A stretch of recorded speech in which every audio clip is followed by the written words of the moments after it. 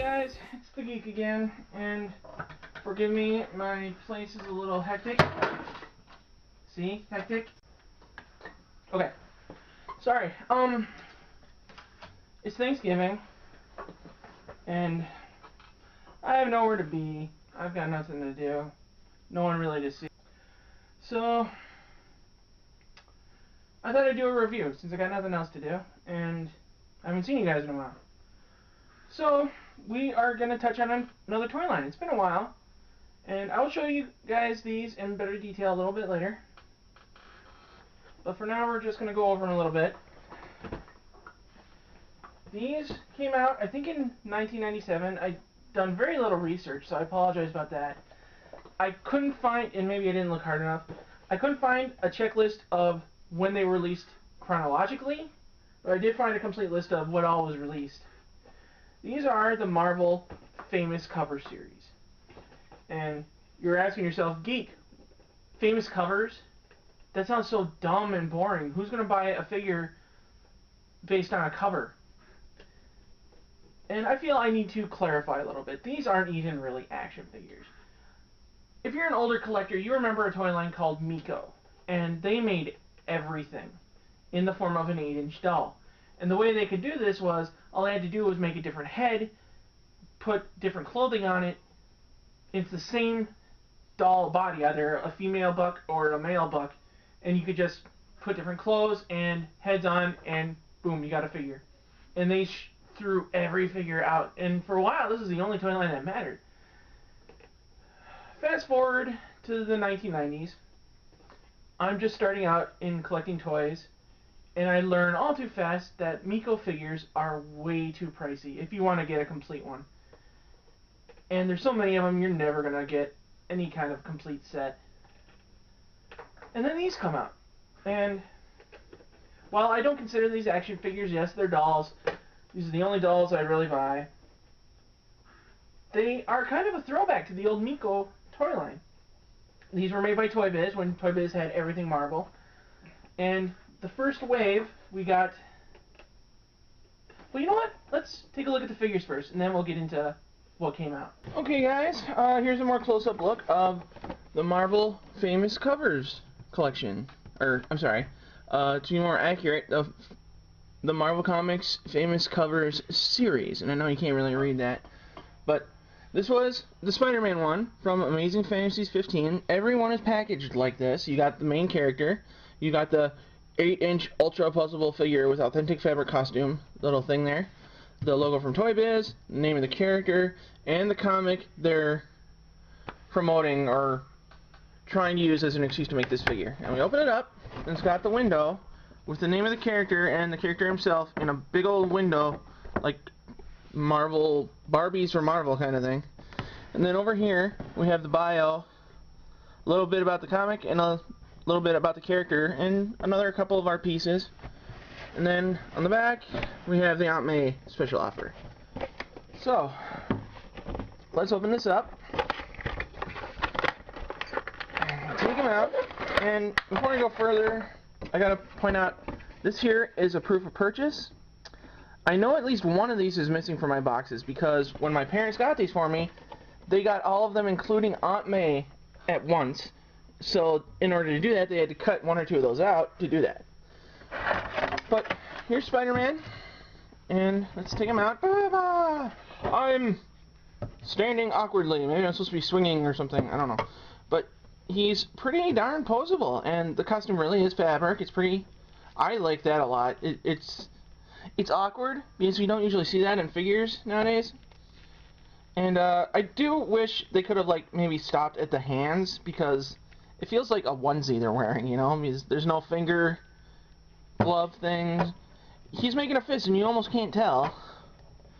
But he's got the webbing under the arms, and I always liked that. I don't think I've ever seen that in a figure before. And then one of the big things they were using as a selling point, at least for this specific figure, is you could undo the Velcro, and it's Peter Parker inside. Hi, I'm Peter Parker, apparently. But the problem is, the mask doesn't come off on its own. You'd have to, like, you gotta pull the costume off, almost, to get that to work. And I think I have another figure that works differently with a similar outfit, but we'll get that back on. And yeah, this is the only cosmetic issue I have, other than the fingers, is like the Velcro is so thick. It's like seeing the zipper in a monster movie, you know? It kind of takes away from the imagery. But, oh, and his mask is on crooked. There we go. And the head doesn't really fit on the costume the way you feel Spider-Man's mask should fit on him. But I do like these figures a lot. They are very, very posable. I always bent them around like this, maybe. Maybe you can't see that. And I enjoy these guys a lot. It's a lot of fun to like pose them and take photos and stuff. I'm not going to do that today because I just don't have the will or time. But this is just an example of the norm for the figures. Like, there are definitely differences. Like, Thor has his hammer, Iron Man has more of a shell armor over half the costume, and the front of his helmet would come off. Doctor Doom, his arms and legs are like this rubbery substance that is supposed to be armor, and it's not. Cap has his shield, Hulk has, well, just his pants, and I'm trying to think of other examples. Falcon has his wings, the Green Goblin has a pumpkin bomb and a glider, and there's plenty more examples, but we don't need to get into them completely. Maybe we'll get into them more as I show them off. But yeah, Marvel Famous Cover Series, I think these things are awesome, and I will get into more talking about them right now. So, that's how a Famous Cover figure is put together. So we got a couple of them. We've got, for the first wave, we've got the Amazing Spider-Man, and this isn't a red and black costume for some reason. I don't know why. And we got Storm in the classic 80s outfit. We should point out each cover of these. Amazing Spider-Man. This figure came from Amazing Fantasies number 15, which was Spider-Man's first appearance. I'm hoping you can see that in the frame. This we got Uncanny X-Men number 128, Storm in her 80s and 70s costume. And that's something else I really liked about these figures. They didn't go with the outfit they were currently wearing, at least not at first. They went with an outfit from a cover that was popular or groundbreaking. And so we got Storm in the old school outfit, and I think for a toy this is pretty risky. Risque, whatever the word is. And another thing I like, I keep opening these, there's a little bit of information about the character and the comic they came from. Like from here, presented here as she looked in the classic Uncanny X-Men number 126 from April 1990. And they go into the outfit a little bit too. So that's pretty cool. Then we've got, is this the first one? Yeah. Then we got Wolverine. And this was the outfit he was wearing at the time, at the current time when the toys were coming out. This is from Uncanny X-Men 133. And there's Wolverine. And then we got a villain from Amazing Spider-Man number 39, the Green Goblin. And let's see how long these have been in storage. Sorry. So we got the Green Goblin, and he has his Goblin glider and a pumpkin bomb, and I think that's really awesome, and I love the artwork on here. I could actually ID this Goblin image in comic book form, but they've altered it for the packaging. But that's neither here nor there. Now, those are the first 4 figures in the first wave, but if you sent in a couple proof of purchase, you could get a bonus figure. And let's see what it says. Be the first to own the 8-inch ultra-posable Aunt May action figure from Toy Biz. Only 10,000 figures will be produced, so don't miss out on this limited one-time offer. See details inside. Here's the problem with this. That advertisement was on at least half of the run. So, I got all of these for, I want to say my birthday or a Valentine's present from my mother. Yeah, I was that kind of kid. And, I opened them up, and she had already ordered the Aunt May one, which is awesome. Like, you know, a lot of kids aren't going to care, but collectors are going to really want these. The thing was, we never had to rush, because they were in no way going to run out of those. So that's the first wave, and I think it did pretty well. For a long time, these were pretty hard for me to find. And then we got wave 2, which was a first appearance run. There's always a theme going on with these lines in later runs. First one we have is Journey into Mystery number 83, the first appearance of Thor. God of Thunder, son of Odin, blah blah blah, so dusty. So yeah, that's pretty good. And he comes with his hammer, and I think, no, it does not, never mind. I have a figure that actually has the inscription on the hammer. This one does not, which is sad. He's the one that did. Actually, it was smaller than this. I really wish they would have done that. But there are a lot of other great attentions to detail, which I'm not seeing any point out on Thor, but we're going to get to more. Oh, we should start stacking properly. Okay. Next, we got another villain, kinda. Dark Phoenix from Uncanny X-Men 135. And there's Dark Phoenix. I've opened most of, if not all of these, and put them back in, so they're not in really nice, some of them. The Phoenix, I couldn't get her belt to go in right, so there's a problem with that. This one was one of my favorites. From Fantastic Four, number 5, Dr. Doom. And got the dust circle again. And you can't really see him, but I will show him off a little bit later, maybe in the credits or something. This figure is fun and dumb at the same time. The biggest reason is they kind of followed the Miko style of making these figures. They all had the same body and they just threw different clothes on them. Dr. Doom, his arms and legs are wearing this kind of rubber to imitate his armor. And it gets really kind of sticky. I don't understand it at all, but it's really kind of gross. And if you take him off, you're going to have a hell of a time putting it back on, and it's really just not, there's no point to it. And then one of my favorite figures in this run, from the Avengers number 4, can we guess who it is? Can we guess? It's Captain America! This was one of the 2 figures I really had trouble finding back when I was really collecting them. And the other figure I didn't get to find. I have the majority of the first runs of these, but I started missing some of them, and I am missing at least a good third of the collection. So that's the second wave. Our third wave is, what is it? Marvel Milestones. So let's go with this one.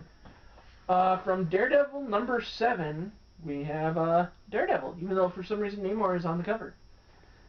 And this must be the old school Daredevil. Maybe it'll say in here. No, there's no longer any information about the actual comics in here. But, yeah, we still have the Aunt May ad. And he's got his billy clubs, which are pretty cool. They don't connect like nunchucks would or anything. But I think you can put the 2 together. I really should open this up and take a look at them. What I really like about this cover, the MMMS wants you. And I remember that being a big deal back in the 60s. I don't remember it personally. I wasn't there, but it was pretty interesting to hear about. Okay. Then we have another Marvel Milestone, number 1 in a 4-issue limited series, The Falcon. Falcon's a character I never really cared about, but he really wasn't a character made in my generation or really promoted for me. You know, he was of an older age, and he's definitely a breakout character, but I just didn't care, you know.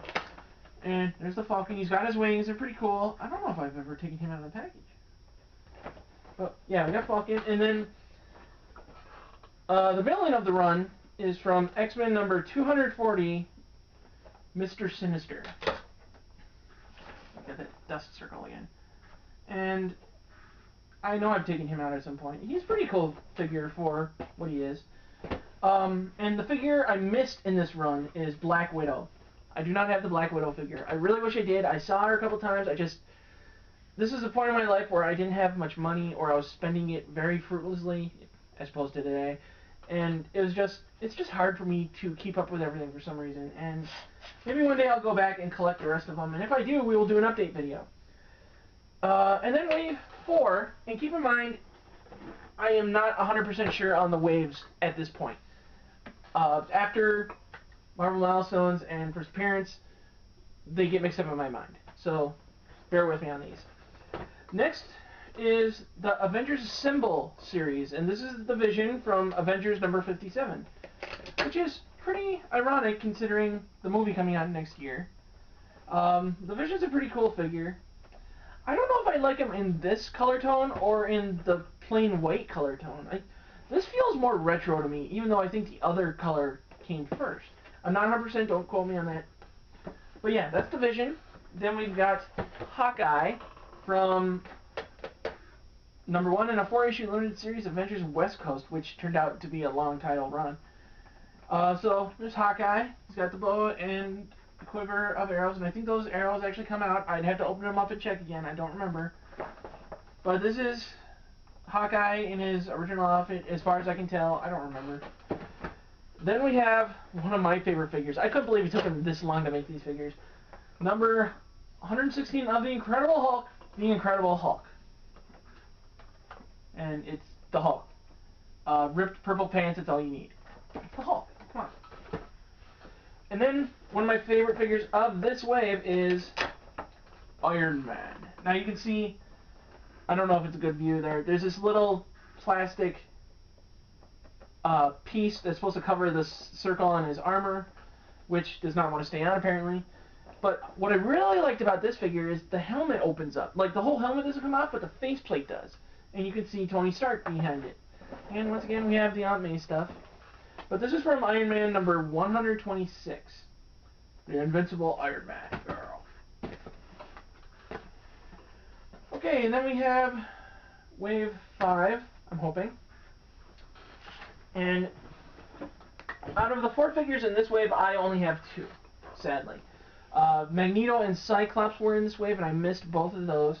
But from issue 1 of her own original series, we have Rogue. You can open this up. But yeah, I really liked Rogue, so of course I'm going to grab that figure. Just stack them up here. And the other one I got was Nightcrawler. And this figure, this box was strange to me because on every other figure, they have their little art piece on the side, but for some reason, on the one side, Nightcrawler's missing from this packaging. And I don't get that, but whatever. Oh, and the image is gone.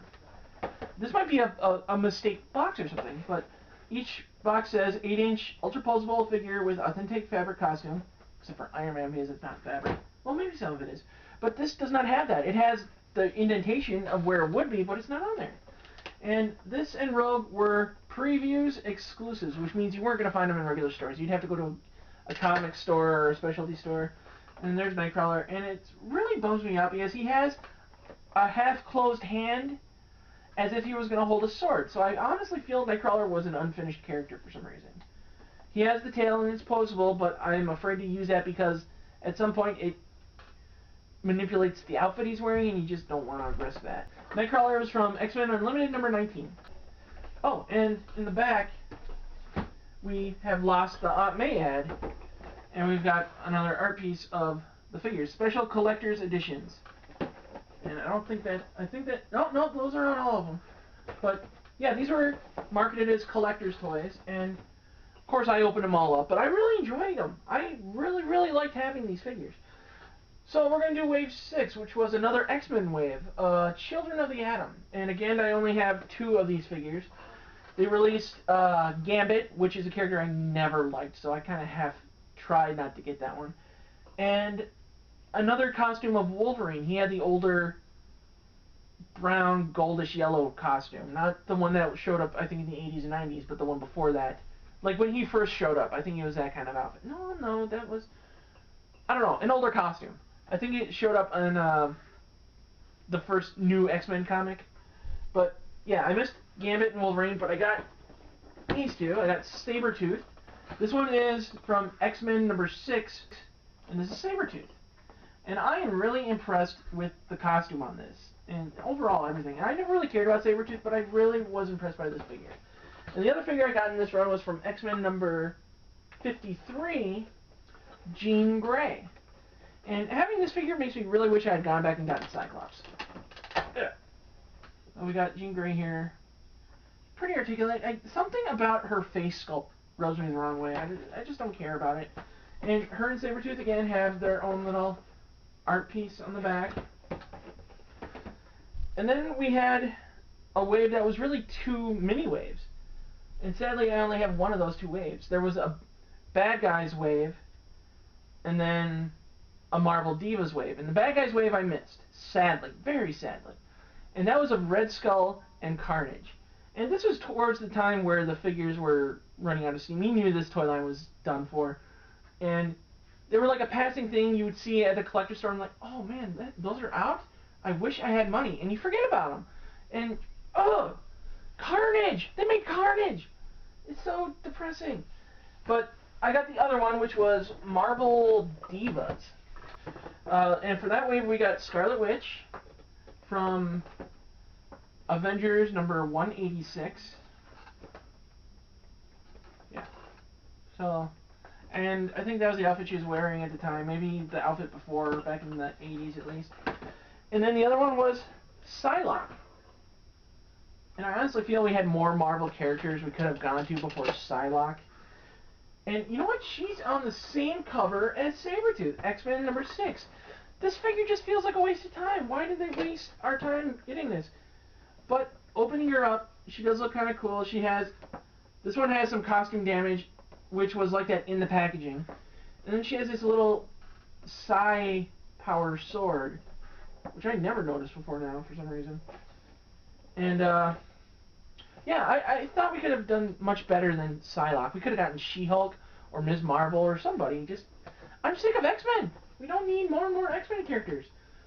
And we have one more figure that came out in as another previews exclusive during the very end of the wave, but I'll get into that one at the end. But we also had some Toy Store exclusive 2-packs. This was the first one from Target, from Fantastic Four number 3, Mr. Fantastic and the Invisible Woman, and limited edition, one of 12,000 pieces made. And these were harder to find than the Aunt May. And these open up double-sided. And I kind of wish they had incorporated some kind of stretching ability for Mr. Fantastic, but they didn't, and it's fine. I can live with it. I really wish we could have gotten Human Torch and the Thing, but we got half the FF, we got Doctor Doom. I think I'm good. And this was a Target exclusive. Then the next 2-pack we got was a Toys R Us exclusive. And this is from Peter Parker, The Spectacular Spider-Man, issue 126, Black Costume Spider-Man, and Spider-Woman. And this was the second Spider-Woman, the one that was around at the time these figures were coming out. And I like these costumes. Again, there's a little bit of wear damage in the packaging on Spider-Woman, but you know, these things aren't around at all anymore, so you can't really complain. I really wish I took better care of these figures, but I had limited space. I was a kid growing up in the 90s and 2000s, and it was really hard to take care of these. Plus, you're taking them out and messing around with them once in a while. But anyway, this is the last 2-pack I saw, and this is another Target exclusive from Amazing Spider-Man number 9 of Spider-Man and Electro. And both their masks come off. I forgot to mention that. In every one of these runs, Spider-Man's mask came off, and Wolverine's mask would come off. At least in the one I have. I don't know about the other one. But this Spider-Man has the red and blue outfit that we're more familiar with, and the classic Electro outfit, and his mask comes off. And that's always fun. And now, we come to the end. This was the last figure they came out with. This is the only figure that came out in this wave. And this was under Marvel Comics 2, MC2, an alternate reality in the comic book stories. My favorite comic book character ever, Spider-Girl, from Spider-Girl number 0, which is a reprint of What If number 105. I think it's their second volume. And this is the daughter of Spider-Man. And I was just so excited when I saw this one. I saw this figure at the store, and I'm like, what must I do to acquire this figure? And I had to get this one. I was so excited. And this one has ads on the back for 6-inch figures that were really like KB Toys exclusives. And we don't need to go into them, but there's pictures of some of them. So yeah, those are the figures I have and the figures I missed. I'm going to put a list of figures that I missed if anybody wants to be really awesome and help me out with collecting these. And I'm going to start doing that with with lines that I review and are missing pieces of, just in case somebody really nice is out there. I really enjoy these. They hint at a simpler time in toy history, and they made me feel like a kid might like what a kid might feel like in the 60s trying to get these toys. And it almost makes me wish they used the packaging from back then. But these were a lot of fun. This was the time when I was actually starting to keep the packages of the figures, and it was a lot of fun. And if you're looking for something that's kind of a small checklist of toys, it's pretty obscure, kind of hard to find, but if you really dig, you'll find some. I would recommend these. They also had two 2-packs during the first X-Men movie that I remember, that I didn't find on this list, but I remember seeing them. They had one for Toad and one for Storm, which would be a comic book adaptation costume and a movie adaptation costume. And I know there's another Storm figure out there. This might be the Storm that was in that 2-pack, but they made a Storm with the white costume that she wore in the 90s. So that's it for Marvel Famous Covers, and until next time, this is the Geek saying, good journey.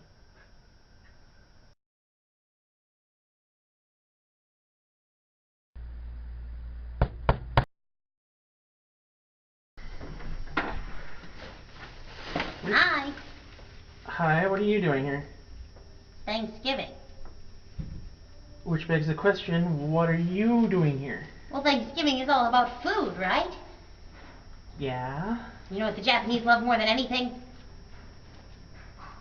Food? Ice cream.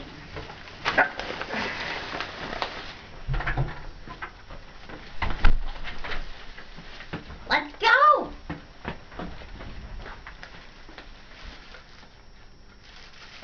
So we're going. Hi, guys. Oh, hi, Primus. Hi, Jack. Hi, Snowflake. Oh, and Bulbasaur.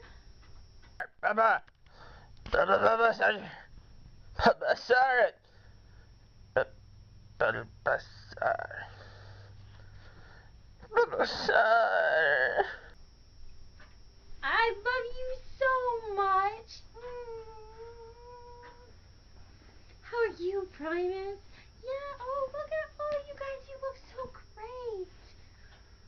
So, why are you here? Because it's a day about food. Why me? Well, who else? Don't you have anybody to spend the day with? Well, of course I do. But you obviously don't. So, here I am. Okay. So, where do we start? I don't know. You're the Thanksgiving expert. Well, ice cream then, obviously.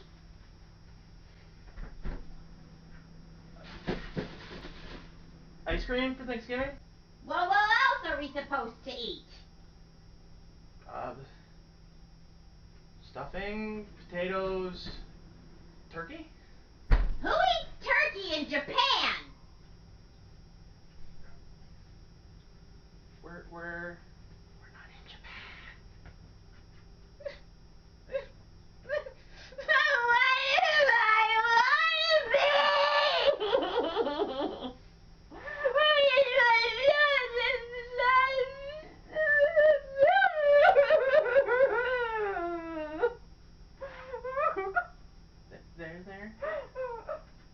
There.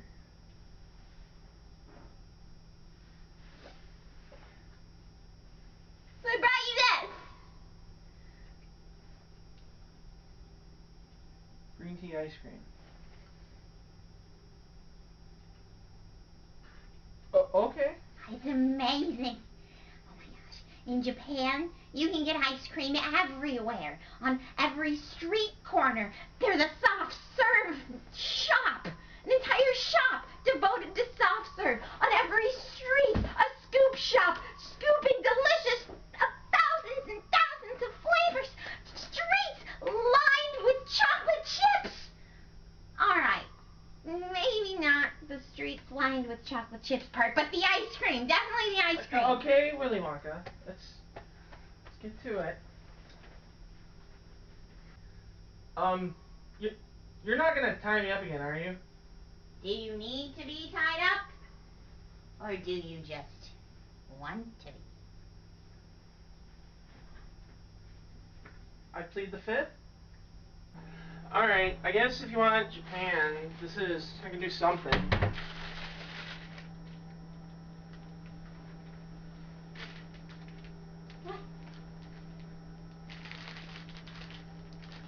What is this? This is noodles in a bag. That's not ramen. That's sacrilege. How can you call that ramen? Ramen is a spectacular bowl of succulent flavors and savory, beautiful meats and vegetables. It's Oriental flavor? How can you give somebody that for Thanksgiving? What are you, out of your mind? You're gonna give me ice cream. Yeah, but ice cream is a national, beautiful, delicious food. Ramen from a bag is voted the most handy invention ever to come out of China, but it's definitely not Thanksgiving dinner. Don't knock it till you've tried it. Next year for you, just for you, I'm gonna make you real ramen. Real ramen. Just for you. With a beautiful egg and a beautiful bonito and black sesame. Oh, for you. Just for you. I will do this thing. But you have to do the shopping.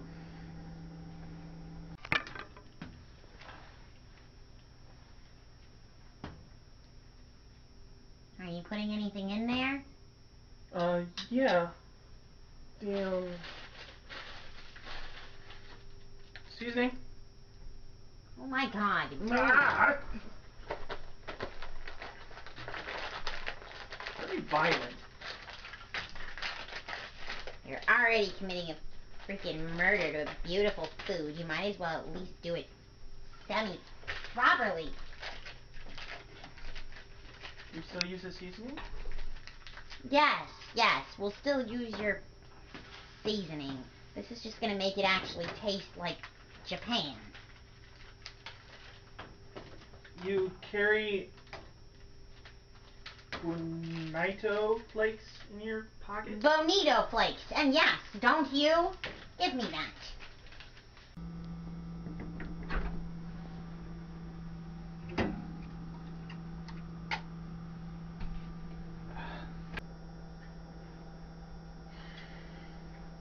I have been saving these for a special occasion for over a month.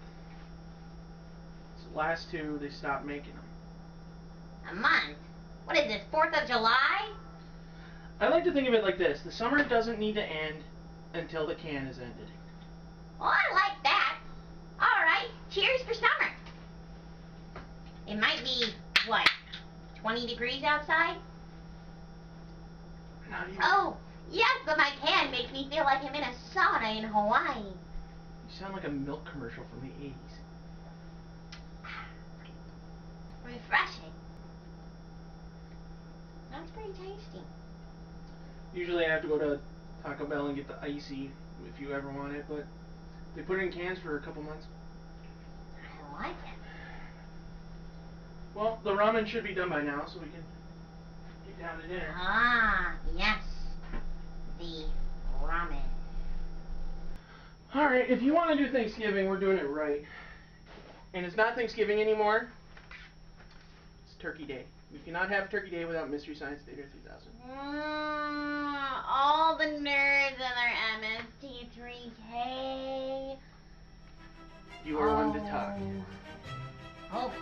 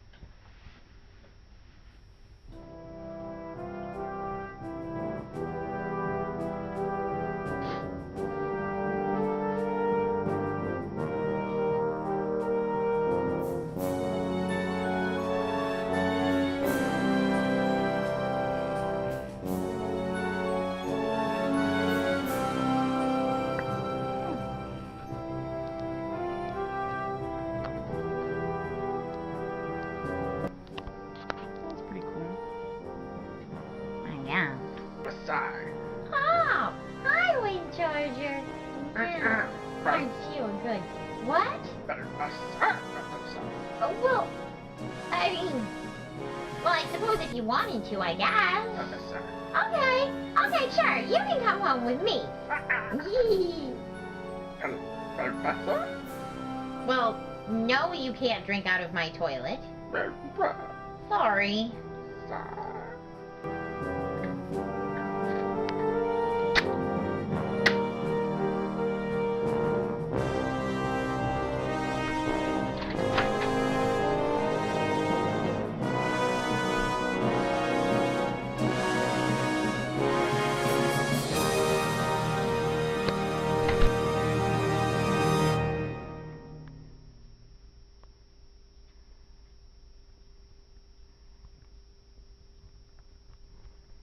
Because we get to say thank you. And so, thank you, Pearl. Thank you.